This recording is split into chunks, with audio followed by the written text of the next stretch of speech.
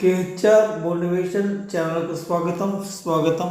నా పేరు కె హరినాథరాజు. నేను రోజు ఒక హిందీలో కబీర్ రాసిన ఒక దోహేను తీసుకొని దాన్ని వివరిస్తూ ప్రస్తుత సమాజంలో ఉన్న విద్యార్థులు ఎలా అన్వయించుకోవాలి, విద్యార్థికి తగు సూచనలు చేస్తూ వస్తున్నాను. ఈరోజు దోహే ఏమిటంటే చింతా చిత్త బసరియే ఫిర్ బూజియే నై ఆన్ ఇంద్రియ ప్రసార మేటియే సహజ మిలే భగవాన్. ఇక్కడ మనిషి భగవంతుడిని పొందాలి అనుకున్నట్లయితే ఆడి మనసు నుంచి చింత చింత చింత అంటే బాధ అనే దాన్ని మనిషి తీసేయాలి. అప్పుడే అంటే వాడికి అనవసరమైన విషయాలు తలదూర్చి అనవసర విషయాలతో సమయాన్ని వృధా చేయకూడదు. అప్పుడే వాడు భగవంతుడు సహజంగా ప్రాప్తిస్తాడు. దయచేసి సబ్స్క్రైబ్ చేయండి. ఇప్పుడు భౌతిక సమాజంలో విద్యార్థి ఎలా అన్వయించుకోవాలన్నట్టయితే ఇక్కడ భగవంతుడు ఎప్పుడు ప్రార్థిస్తాడు? ఏ విధమైన చింతలు బాధలు పెట్టుకోకుండా భగవంతుడిని అదే విధముగా ప్రార్థించినట్టయితే భగవంతుడు ప్రార్థిస్తాడు అని చెప్పాడు. ఇక్కడ విద్యార్థి అంటే అర్థం ఏంటి? విద్యను అర్థించువాడు. వీడి లక్ష్యం ఏం కావాలి? కేవలం విద్యను అర్థించడం కావాలి. ఆ పరీక్ష చిన్నది కావచ్చు, పెద్ద పరీక్ష కావచ్చు.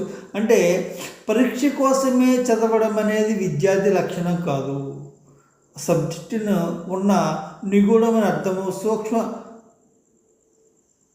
అర్థము, బాగా లోతుగా విద్యను అభ్యసించడమే విద్యార్థి యొక్క లక్షణము. విద్యార్థి యొక్క లక్ష్యం ఏం కావాలని అన్నట్లయితే విద్యార్థి ఏ విద్య అయితే నేర్చుకుంటున్నాడో ఆ విద్యార్థి వాడి దృష్టి దాని మీదే ఉండాలి. ఇప్పుడు అదర్ యావిగేషన్ పెట్టుకోకూడదు. విద్యార్థికి అదర్ యావిగేషన్ అంటే ఏంటంటే ఒక గంట ఆడుకోవడం అనేది అదర్ యావిగేషన్ కాదు, ఆరోగ్యానికి అవసరం. అదర్ యావిగేషన్ అంటే లవ్ వగేరా ఇటువంటివి అసాంఘిక కార్యక్రమాలు, చెడు సాంగత్యము, ఇటువంటి విషయాలు విద్యార్థి దశలో చిన్నప్పటి నుంచి అర్ధరాత్రి ఊరి మీద తిరగాలు, ఇటువంటి పనులు ఉంటాయి చూడండి. ఆ పనులు వదులుకొని తదేక దృష్టితో ఎవడైతే చదువుతాడో, ఎవరైతే విద్య పట్ల వాడి దృష్టిని పెడతాడో, తన లక్ష్య దిశగా పయనిస్తాడో వాడు ఆ చిన్న పరీక్ష కావచ్చు, ఆ 10th క్లాస్ ఎగ్జామ్ కావచ్చు, అది యూపీపీఎస్ లాంటి అత్యున్నత స్థాయి ఎగ్జామ్ అయినా కావచ్చు, ఏ పరీక్ష అయినా విద్యార్థి తప్పక వశమవుతుంది, తప్పక విజయాన్ని సాధిస్తాడు. ఎప్పుడు అదే దృష్టితోటి పయనించాలి, అదే దృష్టితో చదవాలి, విద్యను అభ్యసించాలి. అప్పుడు మాత్రమే విద్యార్థి లక్ష్యాన్ని సాధించగలడు. దయచేసి సబ్స్క్రైబ్ చేయండి. Thank you.